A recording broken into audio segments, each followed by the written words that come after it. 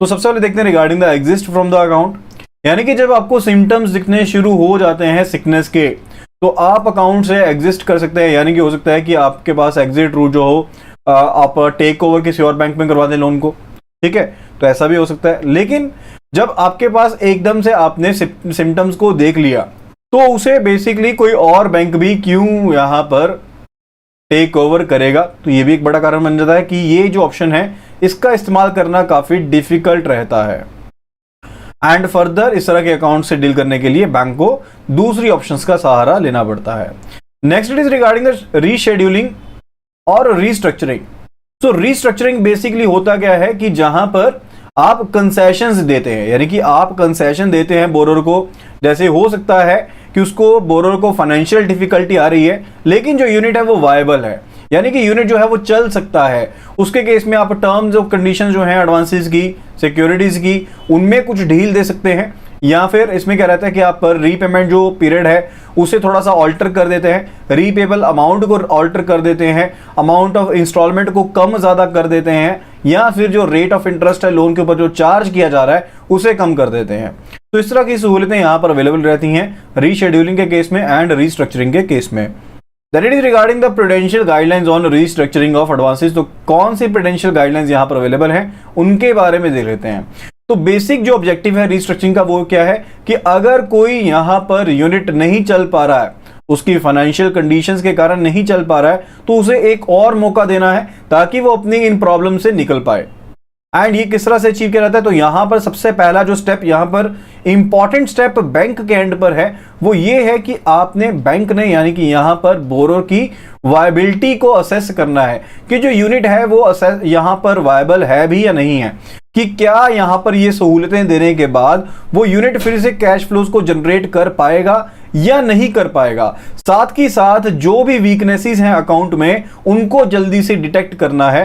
And साथ ही साथ अगर आपने देखा है कि वायबल है यूनिट, तो उस यूनिट को जल्दी से जल्दी ये रीस्ट्रक्चर पैकेज दिया जाना चाहिए ताकि वो इस दौर से निकल पाए। ठीक है, तो गाइडलाइंस जो यहां पर दी गई हैं रिजर्व बैंक ऑफ इंडिया के द्वारा, उन्हें यहां पर 4 तरीकों में बांटा गया है, 4 कैटेगरीज में बांटा गया है। First of all it is regarding the, एक तो इसमें रहते हैं इंडस्ट्रियल यूनिट, दूसरे इसमें रहते हैं नॉन इंडस्ट्रियल यूनिट। ठीक है, तो जो भी आपने रीस्ट्रक्चरिंग करना है एडवांसेस को जो इंडस्ट्रियल यूनिट को दिए गए तो वो हो गए।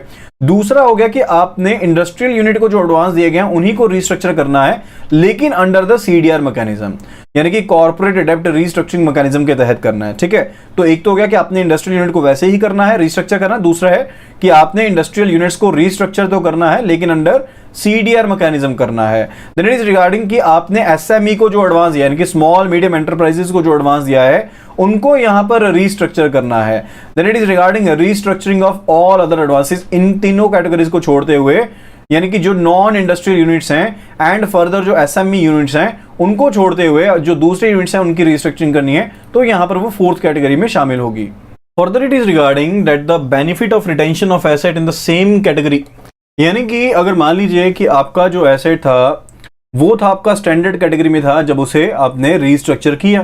ठीक है, तो नॉन इंडस्ट्रियल एक्टिविटीज को छोड़कर, जो नॉन इंडस्ट्रियल एक्टिविटीज हैं उनमें एसएमई को छोड़कर, ये तो हमने दो कैटेगरीज में डिवाइड किया था। एक आपने कहा था आपके पास है इंडस्ट्रियल कैटेगरी है, दूसरा है आपके पास नॉन इंडस्ट्रियल।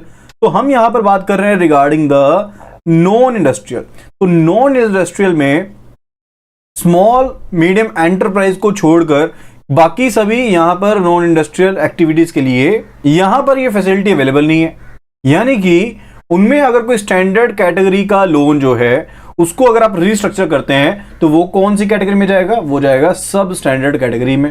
फर्दर जो और डिफरेंस है रिगार्डिंग द प्रूडेंशियल रेगुलेशंस, अब यहां पर ये कैटेगरी में बांटा गया है तो उसके पीछे डिफरेंस क्या है, प्रूडेंशियल रेगुलेशंस के बीच में है। तो यहां पर प्रूडेंशियल रेगुलेशन का डिफरेंस है लाइकवाइज सीडीआर मैकेनिज्म एंड जो यहां पर एसएमई के अंडर जो यहां पर रीस्ट्रक्चरिंग की जाती है वो बेसिकली ज्यादा डिटेल्ड है एंड ज्यादा कॉम्प्रिहेंसिव है। एंड फर्दर जो सीडीआर मैकेनिज्म है सिर्फ और सिर्फ उन बोरोर्स के लिए अवेलेबल है जो इंडस्ट्रियल एक्टिविटीज में लगे हुए हैं। तो ऊपर जो हमने कैटेगरी पढ़ी इसके अलावा, यानी कि जो आपके नॉन इंडस्ट्रियल में एसएमई हैं इनको छोड़कर बाकी जितने भी आपकी नॉन इंडस्ट्रियल कैटेगरी में रहेंगे, वहां पर जब भी आप रीस्ट्रक्चरिंग करते हैं साथ ही साथ जो आपका एसेट का क्लासिफिकेशन अगर स्टैंडर्ड है तो वो सब स्टैंडर्ड हो जाएगा। लेकिन यहां पर 3 तरह की कैटेगरीज को यहां पर छोड़ा गया है। 3 तरह की कैटेगरीज के लिए इसमें भी एक्सेप्शन है। यानी कि अगर कोई कंज्यूमर या फिर पर्सनल एडवांस है, फर्दर अगर कोई एडवांस जिसको क्लासिफाइड किया गया है एज कैपिटल मार्केट एडवांस, या फिर अगर कोई रियल स्टेट एक्सपोजर है, तो इसके केस में भी यहां पर अगर लोन पहले आपका स्टैंडर्ड कैटेगरी में था तो वो सब स्टैंडर्ड कैटेगरी में रिक्लासिफाई नहीं होगा। तो कहने का मतलब है, एक तो आपके पास हो गए जितने भी इंडस्ट्रियल लोन हैं उनमें ये चीज एप्लीकेबल रहेगी कि उनकी क्लासिफिकेशन एकदम से चेंज नहीं होगी। दूसरा आपका हो गया कि नॉन इंडस्ट्रियल केस में, नॉन इंडस्ट्रियल एक्टिविटीज के केस में, एक तो स्मॉल मीडियम एंटरप्राइज के केस में ऐसी क्लासिफिकेशन साथ के साथ नहीं होगी। दूसरी चीज है, नॉन इंडस्ट्रियल के केस में ही अगर कोई पर्सनल एडवांस दिया गया है, अगर कोई पर्सनल एडवांस दिया गया है या फिर कंज्यूमर एडवांस दिया गया है, या फर्दर कोई exposure related to capital market है, यानी कि शेयर मार्केट से रिलेटेड आपने शेयर्स के लिए कोई एडवांस दिया है, कैपिटल मार्केट से रिलेटेड एक्सपोजर है, या फिर रियल एस्टेट एक्सपोजर है, तो इनके केस में साथ की साथ यहां पर कन्वर्जन नहीं होगा। रिस्ट्रक्चरिंग के बाद अगर स्टैंडर्ड कैटेगरी में था तो साथ की साथ सब स्टैंडर्ड में नहीं जाएगा लोन।